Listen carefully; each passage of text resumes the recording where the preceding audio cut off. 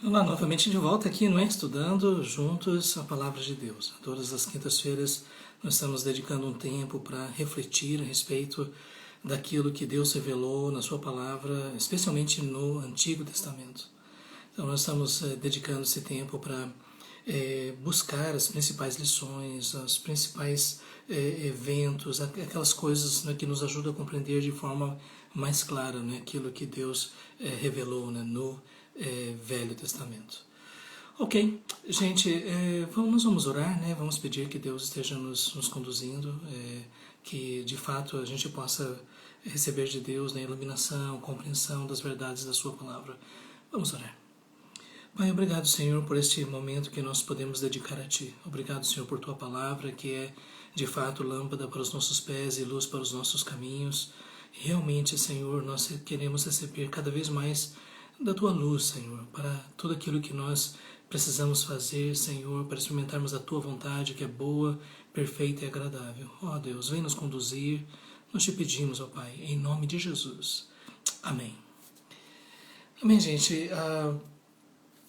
É interessante, né? Quando nós vamos lendo o Velho Testamento, assim, nós ficamos impressionados com algumas coisas, né? Em primeiro lugar, com a providência de Deus, o governo de Deus, a maneira como Deus, mesmo diante de situações tão difíceis, né, e de pessoas, né, o povo de Israel, por exemplo, quantas vezes o povo se distanciou de Deus, mas nós vemos o cumprimento do propósito de Deus através da história, né? E, ao mesmo tempo, a gente também observa, né, que, como alguém já comentou, que as narrativas bíblicas, elas não têm heróis no sentido que nós entendemos, né? E inclusive hoje nós vamos começar falando um pouco sobre Davi e Golias, e de forma geral a gente já pensa logo, né, nesse herói, né, que sozinho venceu o gigante, mas nós vamos ver, né, que depois nas escrituras existem outras ênfases de como é que Deus revela essas questões, não é? E quando nós vamos lendo, nós precisamos sempre lembrar daquilo que o apóstolo Paulo disse: tudo aquilo que foi escrito para o nosso ensino foi escrito.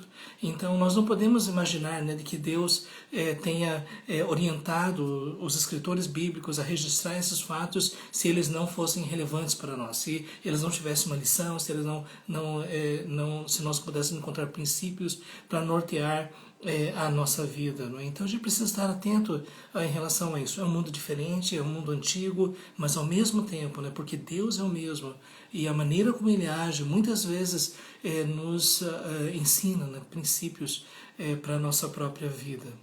O apóstolo Paulo também, ele mesmo mostrou, né, que a peregrinação do povo pelo deserto tem muitas lições para nos ensinar a respeito do que significa fé, obediência, perseverança, e através de toda a história bíblica nós vemos esses ensinos, né? Então, nós separamos até um tempo significativo, né, para refletir sobre a vida de Saul até agora, e a partir de hoje eu quero focalizar mais a vida de Davi.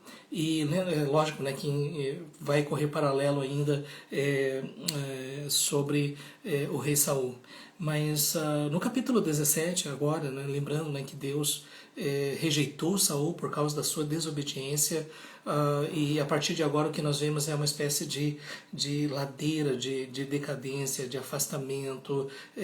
O coração de Saul foi cada vez mais sendo contaminado, né, pelo seu egoísmo, pelo seu ciúme, por sua sede de poder, e a gente vê isso aqui claro assim na narrativa, não é? Como é que um homem que começou com todas as esperanças de ser o grande líder de Israel, mas que com o tempo ele foi se distanciando. E parece que os problemas eles começam de uma forma mais séria agora, não é? Com esta história de Davi enfrentando Golias, né? Acho que você já ouviu quantas vezes, né, essa história contada na escola bíblica dominical, ou talvez em pregações, mas eu gostaria de destacar algumas coisas que talvez não seja exatamente aquilo que no geral a gente imagina, né, quando a gente lê essa história. Bom, nós precisamos lembrar, né, que os filisteus eram esse arqui-inimigo de Israel durante um bom tempo, né? O relato bíblico diz, né, que esse foi o inimigo que esteve incomodando Saul durante toda a sua vida. e nós temos aí uma situação de confronto, os filisteus de um lado, os israelitas de outro lado, e eles estão prontos para se enfrentar em batalha. Mas uma coisa assim que nos chama atenção na história, né, e está comprovado historicamente, né, que às vezes o que acontecia nas guerras era o seguinte: cada um apresentava o seu melhor guerreiro e eles sozinhos lutavam, não é? E se aquele que vencesse, não é, venceria por todo o povo, não é? E aquele que fosse derrotado seria derrotado por todo o povo. Não é?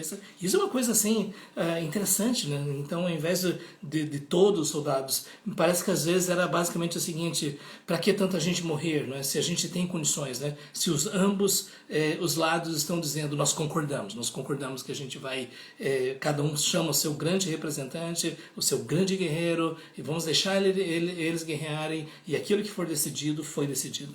E nós vemos exatamente isso aqui, não é? Então os filisteus, eles reúnem essas tropas, as suas tropas, né, para a guerra, não é? E também Saul e os homens de Israel, e se a gente pode imaginar em termos de geografia, os filisteus estavam de um lado uma montanha, e os israelitas do outro, né? E eles podiam se ver, não é? E dentre esses aí surgiu então esse guerreiro chamado Golias, não é? As pessoas perguntam, né, a respeito da altura de Golias, né? Se a gente for pensar mais ou menos que côvados é uma base de 30 ou 40 centímetros, então não era um gigante tão gigante assim, não é? Mas era um homem bastante alto, né? Então, dependendo da medida, de 2,5 metros, 2,30 metros, 2 metros e meio. E ele trazia esse capacete, e só a presença dele já assustava, né? Um homem que se destacava sobre todos os outros, né? Você consegue imaginar, né? um homem de 2,5 metros, talvez até 2,60 metros, talvez, né? Nós temos aqui 6 côvados e 1 palmo. E o fato é que só as suas armas assustavam, né? A sua lança, ela não parecia uma lança, né? Ela parecia um eixo de um tecelão, era algo enorme, não é? E só a ponta, né, já era pesada, não é? E estava diante dele o seu escudeiro, não é? E ele clamou as tropas de Israel, né? Para que saís formando-vos em linha de batalha? Não sou eu, filisteus, vós servos de Saul? Escolhei dentre vós um homem que desça contra mim. Se ele puder pelejar comigo e me ferir, seremos nossos servos. Porém, se eu vencer e o ferir, então sereis nossos servos e nos servirei. Veja o que estava em jogo aqui, né? Estamos vendo primeiro livro de Samuel, capítulo 17, aqui a primeira parte, não é? E é dentro desse contexto que Davi, não é, que era o irmão menor de toda aquela família de Jessé, nós sabemos que logo no início Samuel tinha ungido ele, né, que a seu tempo ele seria o rei de Israel, mas Davi está ali na batalha, não é, para levar alguns alimentos para os seus irmãos, para saber se tudo está bem, não é, esses irmãos que estão ali não estão gostando muito da presença do irmão pequeno ali, não é? Lógico que eles receberam a comida e tudo mais, não é? E quando eles estavam no acampamento, Davi chegou lá no campo de batalha e viu, não é? Golias, não é? E Golias insulta os israelitas. Na verdade, a gente pode imaginar que realmente era aquele desprezo, sabe? E os xingamentos, não é? E o fato é que Saul então diz: olha, quem aceitar o desafio, eu vou acumular de riquezas, a minha filha será dada em casamento, não terá isenção total de impostos. Essa é uma coisa interessante, né? Imaginou assim: olha, você nunca mais paga imposto na sua vida se você for lá e enfrentar Golias, né? Então falou Davi aos homens que estavam consigo: que farão aquele homem que ferir esse filisteu e tirar a afronta de sobre Israel? Quem é, pois, esse incircunciso filisteu para afrontar os exércitos do Deus vivo? Aqui é a primeira coisa que nos chama a atenção da atitude de Davi. E a atitude de Davi, ela está em contraste com aquilo que nós vemos em Saul, em Jonatas e em todo o exército. Porque Saul ali, ele estava preocupado com o nome de Israel e especialmente com o nome do Senhor. E eu creio que nós precisamos destacar isso, não é? Que Davi, aquele pastor, não é, que cuidava das ovelhas e tinha sua harpa e cantava e tudo mais, era uma pessoa que amava o Senhor, e ele ficou indignado quando viu um incircunciso, um ímpio, que não era, né, lógico, da aliança, não é, afrontando Israel, porque no entendimento de Davi, ele não estava afrontando somente o povo, ele estava afrontando o próprio Deus vivo, né? E quando ele usa a expressão o Deus vivo, né, é o entendimento de que os deuses das nações são deuses mortos, né? Somente o Deus de Israel é o Deus vivo, né, que opera com grandes sinais e prodígios, né? Então, nós vemos aqui nessa atitude algo que vai definir o reinado de Davi. O zelo pelo nome do Senhor. O zelo pela glória do Senhor. Davi entendia mais do que ninguém que Israel não era uma outra nação. Israel tinha sido escolhida como uma nação para manifestar a glória de Deus. A gente não sabe até onde Davi tinha em mente a promessa que Deus havia feito para os patriarcas, ou a aliança que Deus havia feito através de Moisés lá no deserto, mas o fato é que Deus havia dito que a descendência de Abraão seria bênção para todas as famílias da terra. Deus tinha dito que a nação de Israel, ela não estava sendo salva porque era melhor do que outras, mas ela estava sendo salva para proclamar a glória do Senhor, para que todas as nações pudessem ver que o Deus de Israel é o Deus vivo e verdadeiro. Mas uma coisa que nós podemos dizer é isso, é que Davi estava sendo movido por esse zelo pela glória do Senhor. Ele realmente estava dizendo, se Israel é derrotado, então isso vai ser uma tragédia, né? Porque o que as nações vão dizer? Então ele estava preocupado com a glória do Senhor, né? E o fato dele manifestar essas coisas, ele foi julgado de uma forma diferente, né? Porque até os irmãos eles disseram assim, né? Que por que desceste aqui? E aqui vem deixar, e a quem deixaste aquelas poucas ovelhas no deserto? Bem conheço a tua presunção e a tua maldade, desceste apenas para ver a peleja.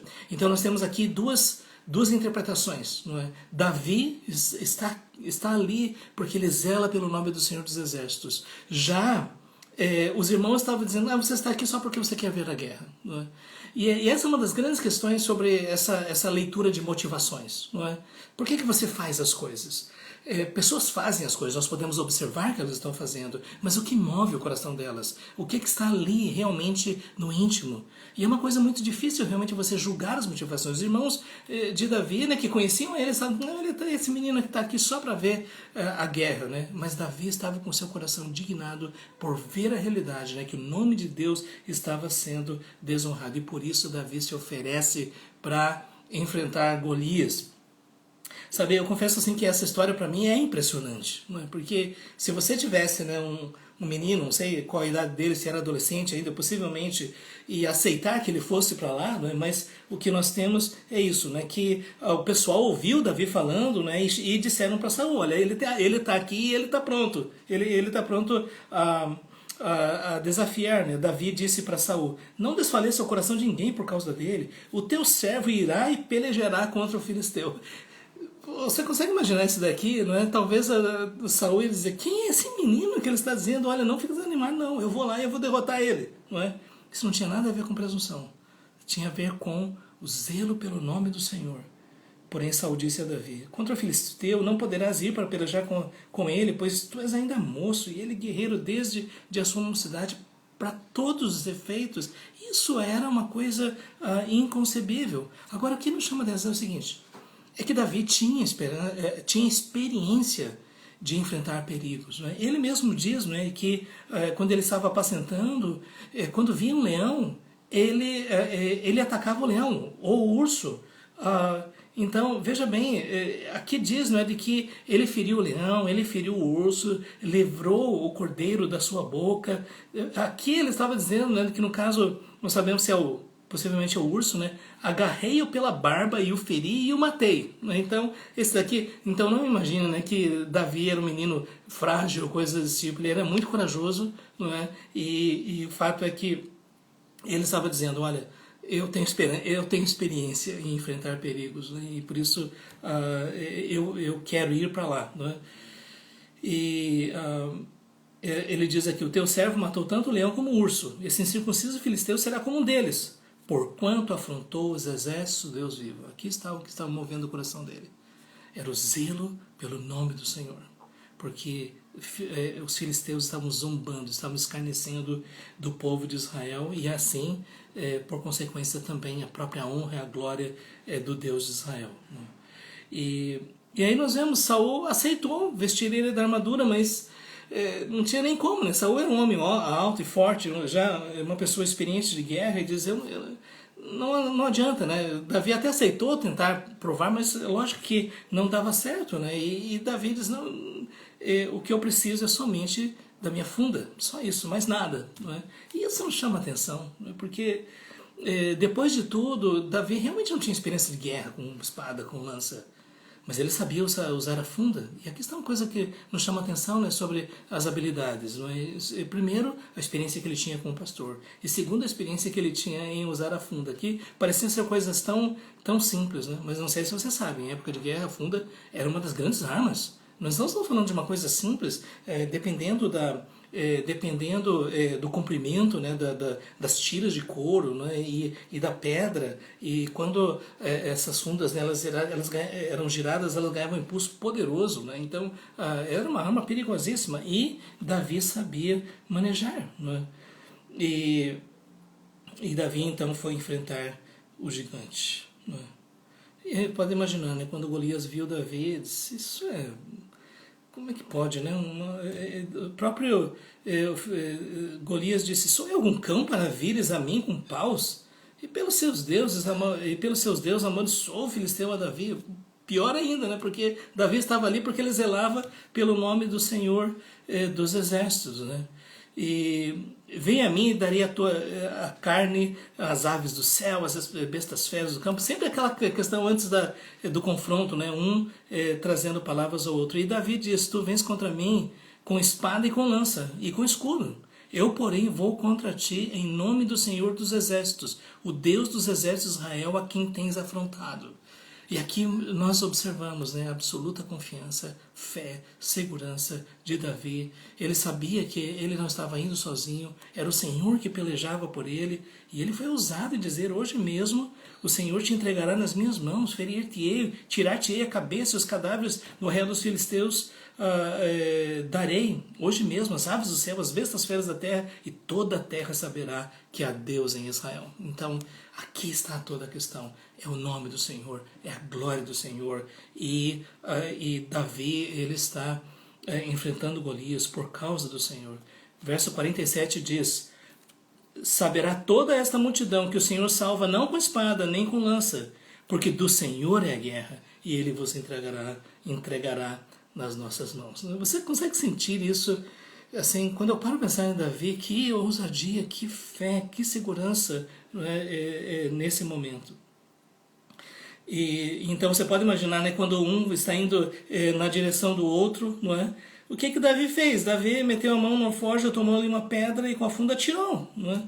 E feriu o filisteu na testa, a pedra encravou-se-lhe na testa e ele caiu com o rosto em terra. E depois Davi foi lá, pegou a espada pesada, né, de Golias, e cortou a cabeça dele, apresentou diante de todos, né, e diante dessa situação o povo de Israel se animou e perseguiu os filisteus e eles foram derrotados, né? Então, gente, essa história, né, que nós conhecemos tão bem, eu creio que nós precisamos lembrar aqui que a questão toda gira em torno do nome do Senhor, a honra pelo nome do Senhor.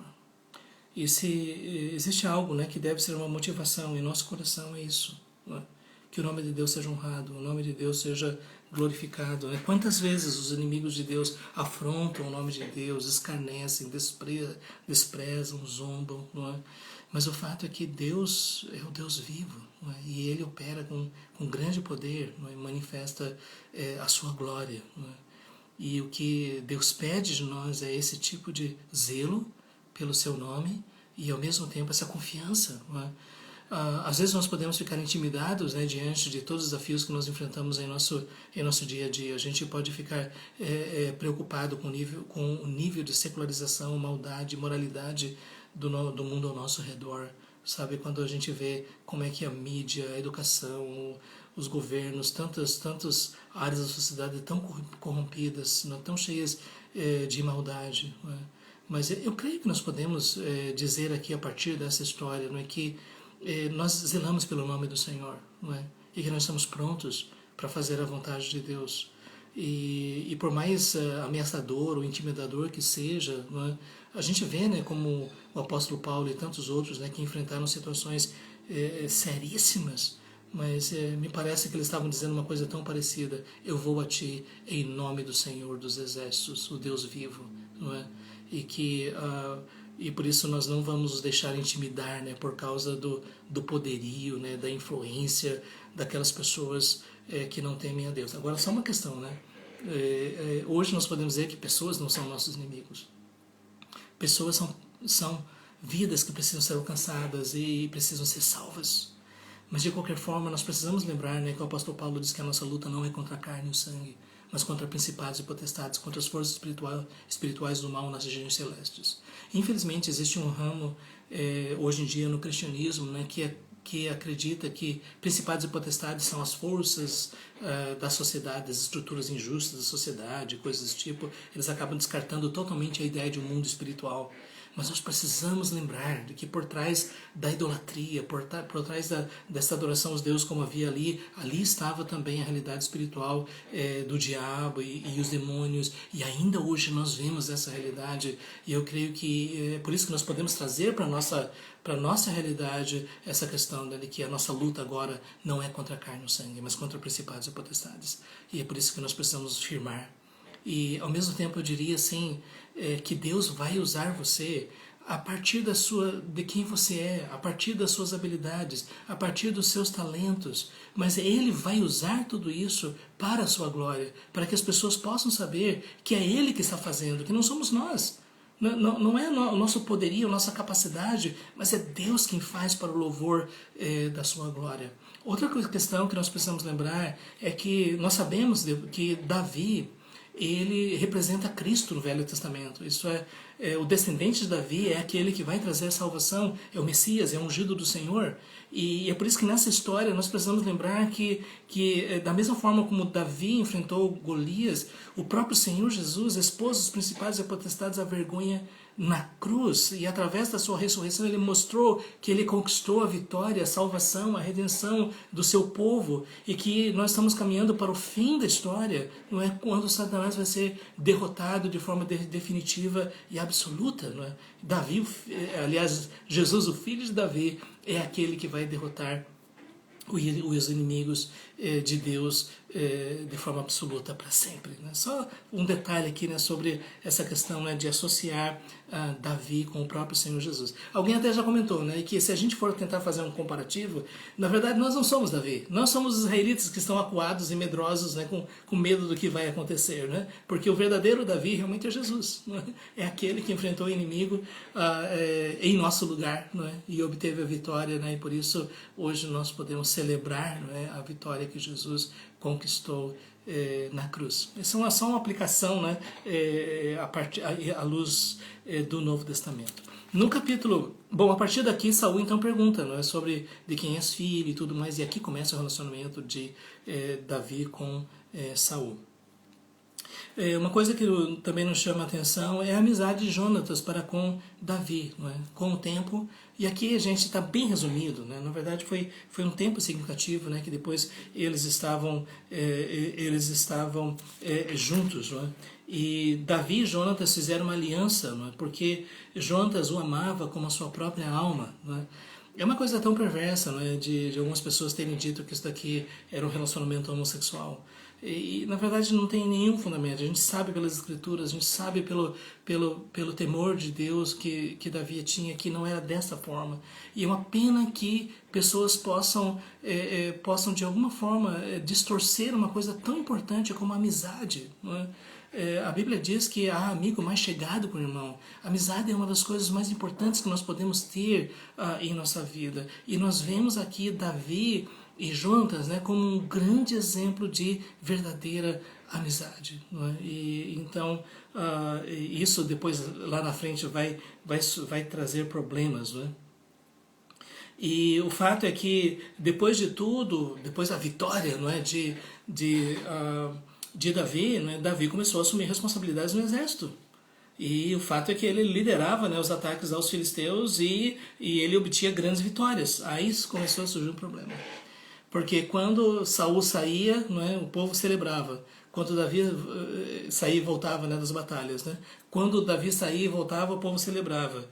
E as mulheres começavam a dizer: Saul feriu seus milhares, porém Davi seus 10 milhares. Então Saul se indignou. Né? Você já ouviu essa história? Não é? O fato é que Davi começou a se destacar e Saul ficou com ciúmes. Na verdade, ele já estava antecipando. Isso aqui não está cheirando bem. Né? Com o tempo, isso aqui vai se tornar um grande problema. E a gente vê então Saul aqui vendo, né, uma pessoa que temia o Senhor, não é, que era usada por Deus, mas que ele ficou, Saul ficou profundamente perturbado. Não é? E é por isso que a partir daqui diz que um espírito maligno da parte do Senhor se apossou dele. Veja bem, não é que existe um espírito maligno de Deus. Os espíritos malignos são malignos, servem ao diabo, mas de qualquer forma Deus permitiu por causa daquilo que Saul abrigou no seu coração. E aqui nós temos uma grande advertência para nós, né? Que nós devemos guardar o nosso coração, que Deus não permita o ciúme, a inveja, a desconfiança, porque no momento que isso acontece, nós estamos abrindo espaço para que o nosso inimigo espiritual alcance o nosso coração.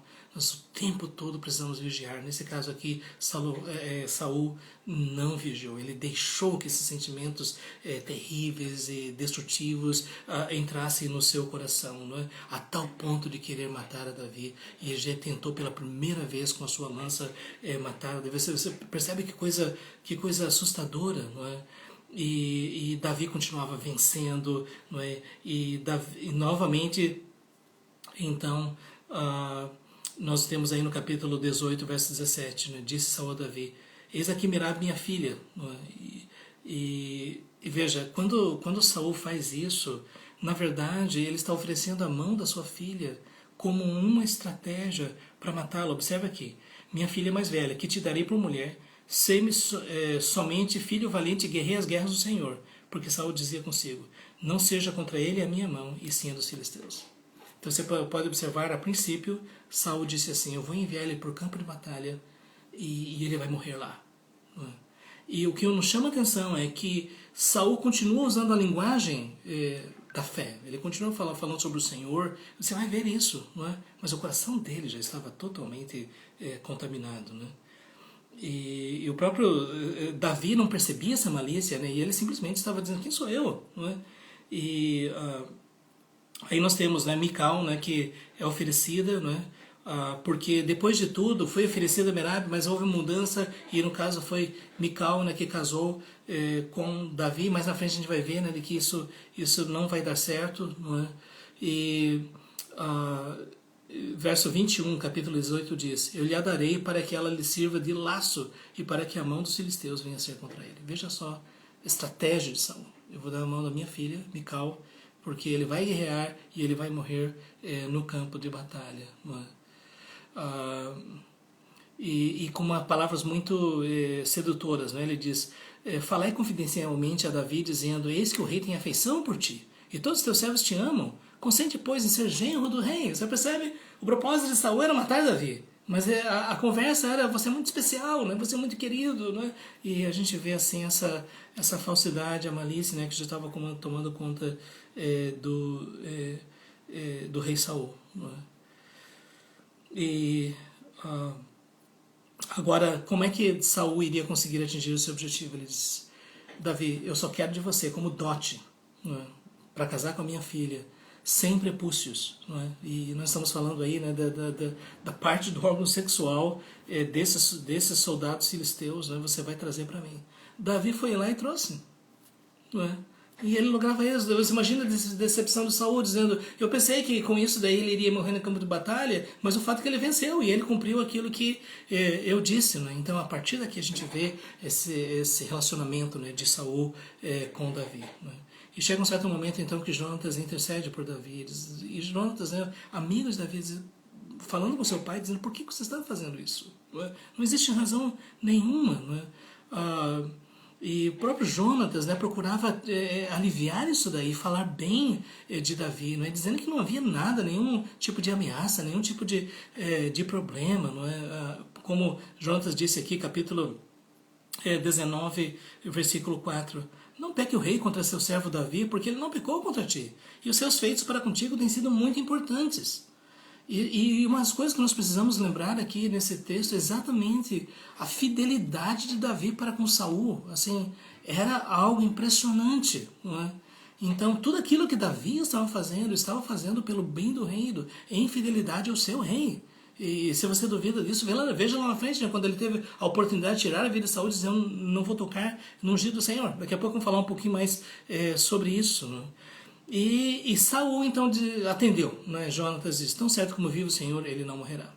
E o que nós vemos a partir daqui é um homem dividido, um homem desintegrado, porque às vezes ele dá todo o apoio para Davi, depois ele quer matar, e depois novamente diz que está arrependido, e depois ele quer matar novamente. Então a gente observa aqui esse homem totalmente perturbado, né? Saul. Por isso que logo depois Saul procura matar Davi de novo, né? E um espírito maligno da parte do Senhor tornou sobre Saul, estava acertado em sua casa, tinha na sua mão uma lança, enquanto Davi dedilhava seu instrumento músico. Você percebe, né, que Davi estava ali para poder acalmar, né, a Saul. Não é? E Saul avançou contra Davi, tentando encravar Davi na parede. Não é? E Davi conseguiu se desviar e fugiu. Não é? E depois disso, Mical, a esposa, né, tenta salvar, né, Davi, e por isso ela até engana, né, ao seu pai, né, assim, tentando proteger, né, qual é o paradeiro de Davi. Né. Interessante, quando Saul procura matar Davi, ele começa a profetizar. Né. Novamente, isso é uma coisa assim, impressionante, né? Porque se soube, né, que Davi estava entre os profetas em Ramá, e Saul enviou os mensageiros para trazerem Davi, depois enviou outros mensageiros, só que eles voltavam ali profetizando.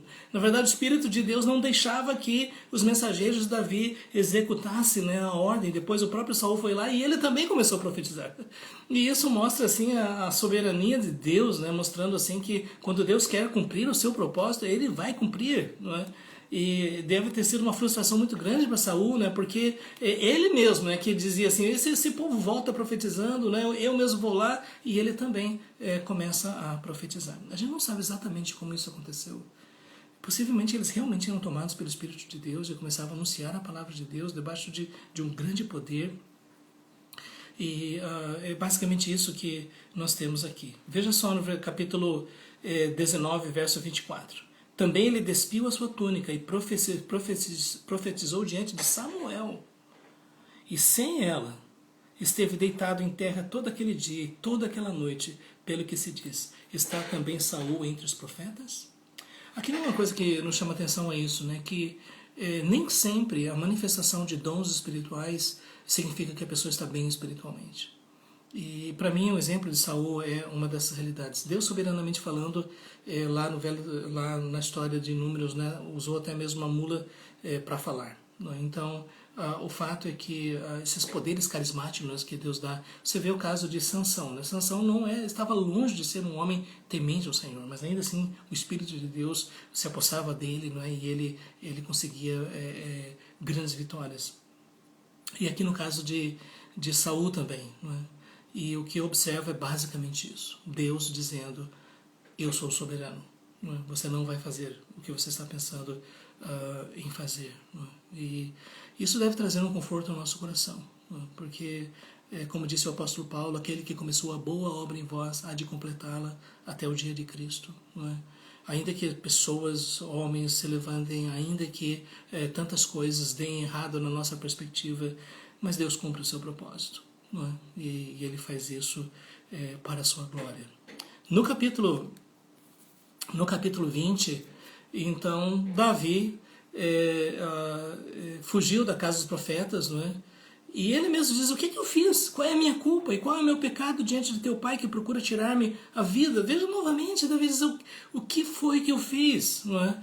E o próprio Jonas, não, você não vai ser morto. Não é? E Davi diz, muito bem sabe teu pai que da tua parte achei mercê, pelo que disse contigo. Não saiba isso, Jonatas, para que não se entristeça. Tão certo como vive o Senhor e tu vives, Jonatas, apenas há um passo entre mim e a morte. Davi estava ali ciente, não é, de que agora Saul estava decidido a tirar a vida dele, não é? E é aqui, não é, que eu acho interessante essa questão de Jonatas e Davi, né, porque eles assumem um compromisso, eles fazem uma aliança, não é, de proteger um ao outro. E Jonatas então faz aliança com Davi. Eu tô agilizando essa questão aqui, né? Então, capítulo 20, um pouquinho mais na frente,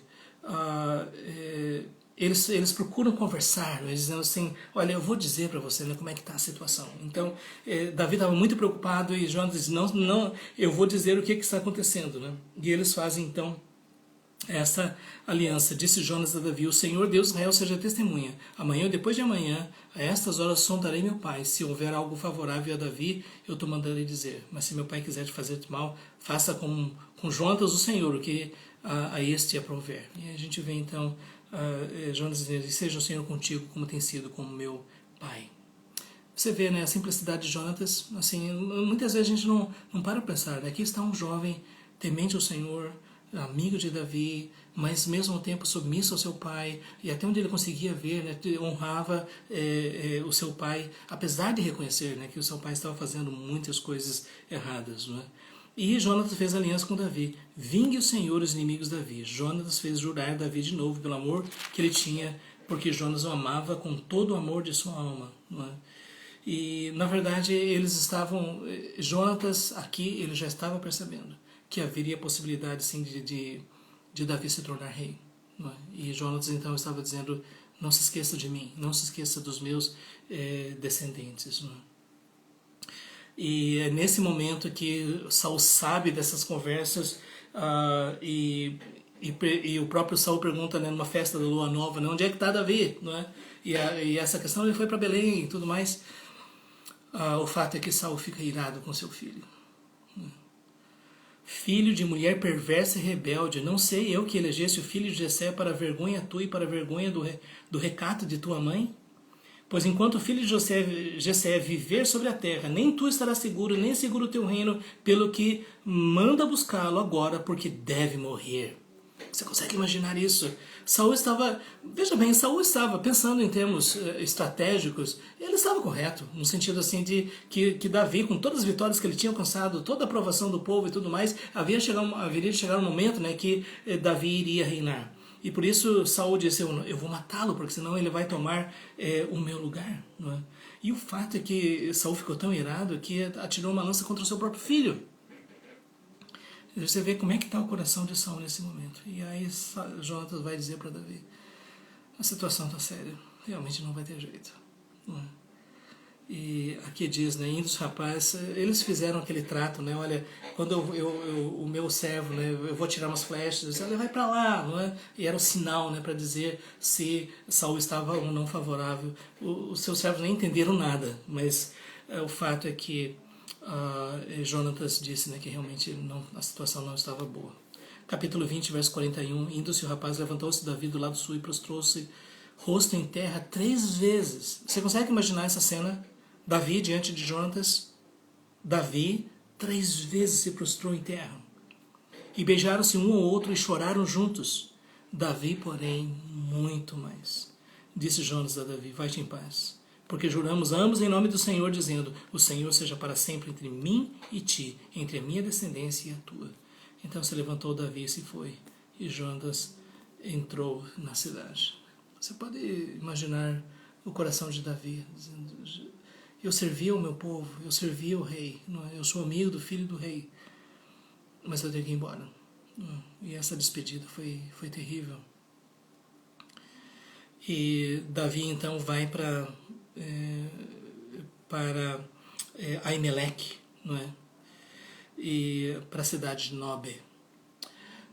Sabe, quando a gente vê, né, isso assim, é uma coisa. Nobe ficava mais ou menos, se a gente for pensar em termos de Jerusalém ainda não é a cidade, né, capital, mas Nob ficava um pouquinho ao norte, talvez um pouquinho ao nordeste de onde seria Jerusalém, não é?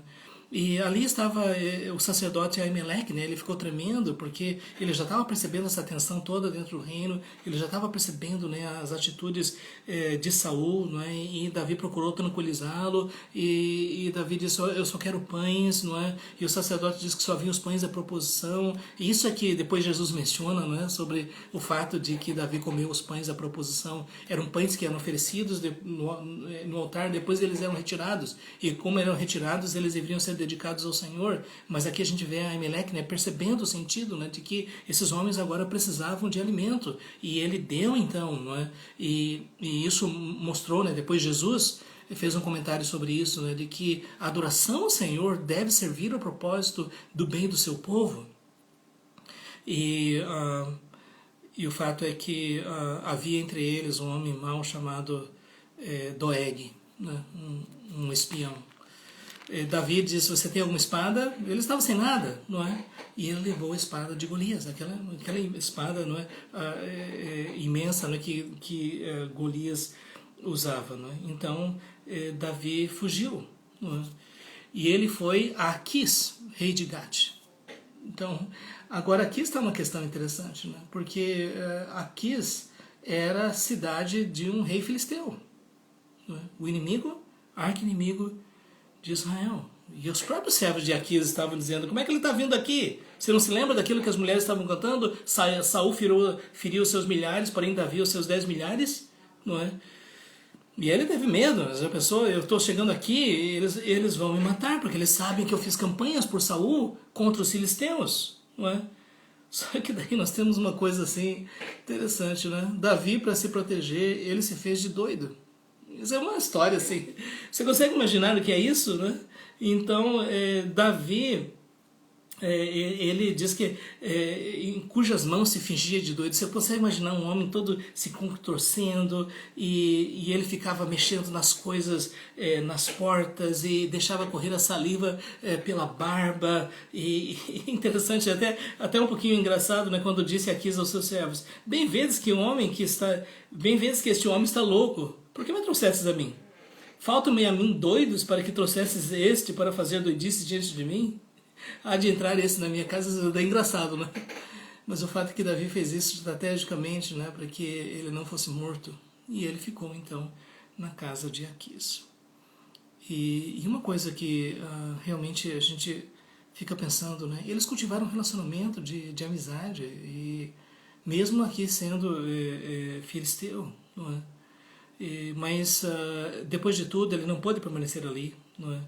E o fato é que o próprio Deus estava dirigindo, né, por exemplo, através do profeta Gade, né, para que ele continuasse, porque Davi não podia ficar lá, ele precisava voltar para ajudar. Mas esse incidente é interessante, não é? E o que muitas vezes nós vemos, né, no entendimento das narrativas da Bíblia, é que os narradores contam o que aconteceu, né, explicar como foi. O fato é que isso aconteceu, e foi isso que Davi fez, né? Agora, uma coisa, aqui nós temos uma coisa até engraçada aqui, e agora nós temos uma coisa tão triste que é difícil entender. Saul soube que Abimeleque e a cidade de Nob havia recebido e ajudado Davi com alimentação, com a espada. E o fato é que Saul manda matar todo mundo. Então, está vendo? Nós temos duas coisas aqui.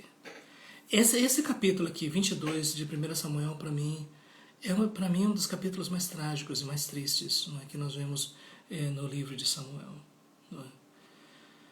Saul chega diante deles: vocês me traíram, vocês ajudaram Davi, não é? E você pode imaginar, né, por causa desse Doeg, né, que é um espião e tudo mais, capítulo 22, verso 19 diz: também a Nob, cidade destes sacerdotes, passou ao fio da espada homens, mulheres e meninos e crianças de peito, e bois e jumentos e ovelhas. Você consegue imaginar a fúria de Saul e do seu exército? O fato é que os seus próprios soldados ficavam constrangidos, porque muitos admiravam a Davi, não é? E ele causou essa morte, não é? Porque ele estava dizendo: vocês são fiéis a Davi. Só sobrou um, Abiatar. E Abiatar, então, ele vai se tornar uma pessoa muito importante, não é? E Abiatar estava com medo, não é, e tudo mais, e fica comigo, não temas, porque quem procura a minha morte procura também a tua. O fato é que Saul queria matar todo mundo.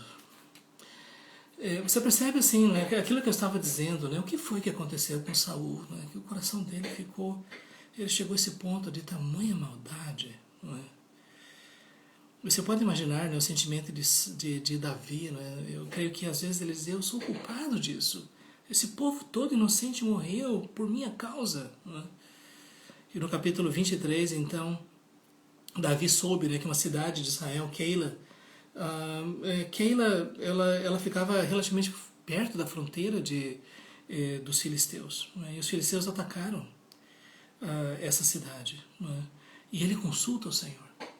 Eu vou lá, eu vou atacar, vai, ferirás os filisteus e livrarás Keila. Porém os homens de Davi lhe disseram, temos medo aqui em Judá, quanto mais indo a Keila contra as tropas dos filisteus.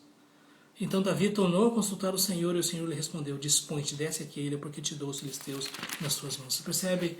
Não era pelo número de soldados, não era pela capacidade deles, era o Senhor que estava dando a vitória. E Davi foi lá e pelejou, não é? E ele realmente conseguiu derrotar os filisteus e conseguiu reconquistar a cidade.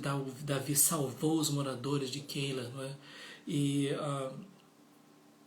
E Abiatar, né, ele estava com a estola sacerdotal, né, todo aquele aparato sacerdotal que era usado, né, para demonstrar o sacerdote como mediador das bênçãos de Deus. Não é? E Saul soube, então, Davi está em Keila, e ele foi para lá. Não é? Saul mandou chamar todo o povo à peleja para que descessem a Keila e cercasse Davi e seus homens. E quando Davi soube disso, Davi mandou trazer a estola sacerdotal, né? E Davi orou ao Senhor, Deus de Israel, teu servo viu que Saul de fato procura vir a Keila para destruir a cidade por causa de mim.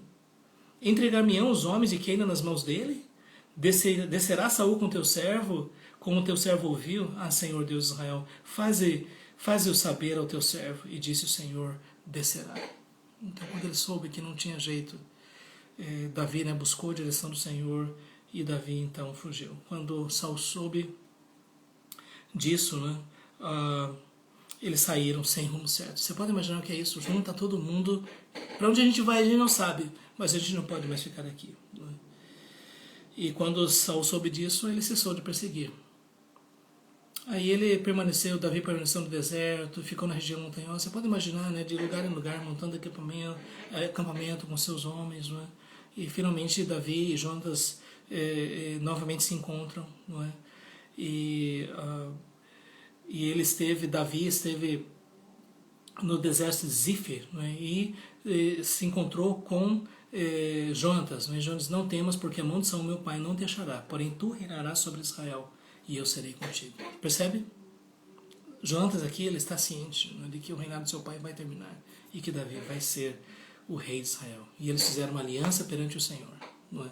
Depois isso vai voltar. Vocês vão perceber uma coisa muito interessante. Depois as consequências dessa aliança. Não é? E aí os ifeus, não é? Novamente, os ifeus traíram a Davi, não é? E disseram, olha, Davi estava aqui entre nós. E Saul, então, usando a linguagem piedosa, dizendo, bendito sejais vós do Senhor, porque vos compadecestes de mim. Né? E depois informai-vos ainda melhor, sabei notar o lugar que frequenta e tudo mais. Né? Eram pessoas que estavam tentando manter, né, a sua lealdade a Saul, né? E então eles estavam tentando entregar, né, a Davi. Mas novamente Deus livrou a Davi, não é? Porque no momento que Saul estava para atacar a Davi, não é? Chegou a notícia de que os filisteus estavam atacando e simplesmente, veja só a soberania de Deus, não é? Novamente Saul teve que pegar o seu exército e ir lá onde estava acontecendo a batalha. Não é? E aqui então nós vemos, né, como essa situação se agravou tanto, né? Porque uma boa parte do livro de Samuel agora é Saul perseguindo a Davi. E se você for observar o mapa, depois você pode até pesquisar. Gente, Davi caminhou por vastas regiões da Judéia e Saul foi atrás com seu exército. Isso é uma coisa impressionante. Saul estava obcecado, eu preciso matar a Davi. E finalmente aqui, né, para a gente concluir essa parte, chega um momento em que Davi tem a chance de matar Saul, não é? Então veja bem, nós temos aqui 3.000 homens lá no deserto de En-Gedi, não é? E então Saul foi atrás de Davi havia essa caverna, não é? E o fato é que é até uma coisa assim, né, da vida, né? Porque Saul foi lá para usar a caverna como banheiro, não é? Então é isso, não é? E o fato é que os soldados, os homens de Davi estavam lá dentro da caverna. Você pode imaginar isso?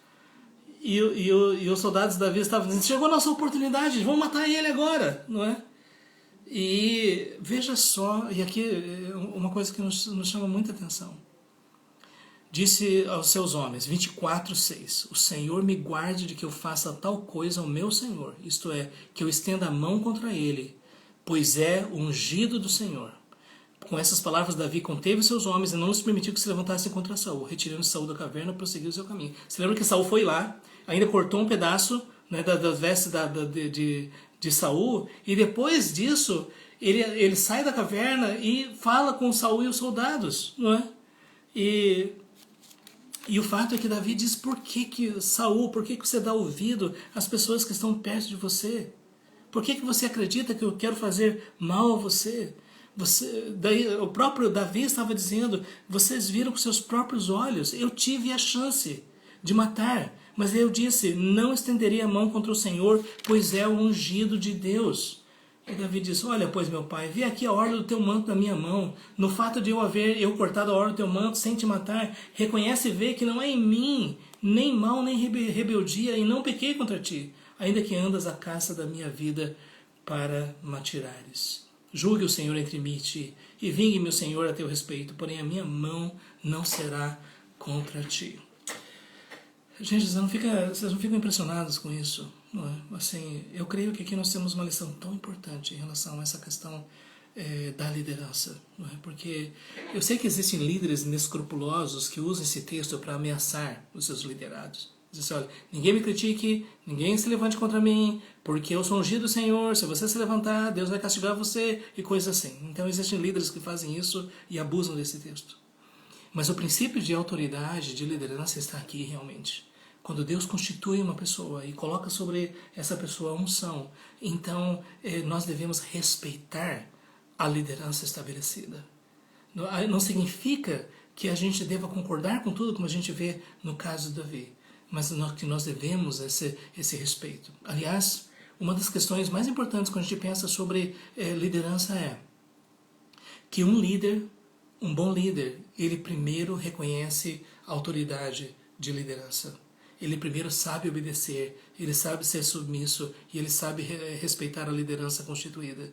E depois, então, a seu tempo, Deus também vai dar maiores responsabilidades. Mas quando uma pessoa se diz líder, mas o tempo todo está desrespeitando e maldizendo e atacando lideranças que estão acima dele, possivelmente isso mostra que não é um sinal bom. Isso é uma forma de mostrar que essa pessoa possivelmente não vai ter as habilidades, as qualidades de um verdadeiro líder. Porque um verdadeiro líder, em primeiro lugar, ele sabe o que significa fidelidade, lealdade, ele sabe o que significa respeitar a autoridade constituída por Deus. Não é? E a partir daí, depois, lá na frente, Deus vai honrar. E nós vemos exatamente isso aqui em Davi. Né? Que lição preciosa que nós temos para nós. Não é? Então eu queria dizer, se você é um líder, não use isso para atacar as pessoas, ok? Não diga: olha, eu sou ungido do Senhor, você vai ser castigado. Mas ao mesmo tempo nós temos o princípio de autoridade. E, gente, isso aqui é uma questão tão séria. Porque nós estamos vivendo uma época de anarquia, nós estamos vivendo uma época, muitas vezes, nas igrejas, nas missões, nas organizações, que pessoas que estão debaixo de autoridade já não têm mais essa percepção de que autoridades constituídas, elas devem ser honradas, respeitadas, porque é essa forma como Deus estabeleceu a maneira de conduzir, não é? E se não há concordância, há como conversar, há como esclarecer, não é? Mas jamais, não é, se levantar contra as autoridades constituídas por Deus. O único momento em que nós devemos fazer isso é quando autoridades constituídas nos ordenam desobedecer a Deus. Aí não tem mais o que conversar. porque importa obedecer a Deus que aos homens. Mas fora disso, dentro de estruturas e de organizações, nós precisamos lembrar, né, de que Deus constituiu autoridades, e essas autoridades elas devem ser respeitadas. Eu queria dizer, gente, se só esse princípio fosse seguido, já seria uma bênção, sabe? Porque a partir daí muitos conflitos, muitos problemas, muitas dificuldades seriam resolvidos dentro de organizações cristãs, de igrejas e tudo mais. O fato é que depois disso Saul aqui reconhece, né, meu filho e tudo mais, né? O próprio Davi às vezes está perseguindo um cão morto, uma pulga. Seja o Senhor meu juiz e julgue entre mim e ti. E aqui está algo importante: confie na fidelidade de Deus. Creia que é Deus quem julga você. E é Deus quem julga as outras pessoas. Não tente fazer justiça com as suas próprias mãos. Saiba que o nosso Deus, Ele é fiel. E eu quero dizer isso porque quantas vezes problemas acontecem quando nós não confiamos, quando nós não entregamos nas mãos de Deus, sabendo que é Deus mesmo que vai conduzir de acordo com o seu propósito e o seu nome vai ser glorificado. Então, pense nisso, não é? Confie na soberania de Deus. Se você está numa situação de conflito e tudo mais, entregue ao Senhor, sabe? Não tente fazer justiça com as suas próprias mãos. E Davi depois, então, mostra nessa realidade, né, do seu caráter, da sua fidelidade, não é? E o próprio Saul diz: Davi, você é mais justo do que eu, não é? E depois disso, veja só o que diz Saul, para a gente concluir. Mostraste hoje que me fizeste bem, pois o Senhor me havia posto em tuas mãos e tu me não mataste.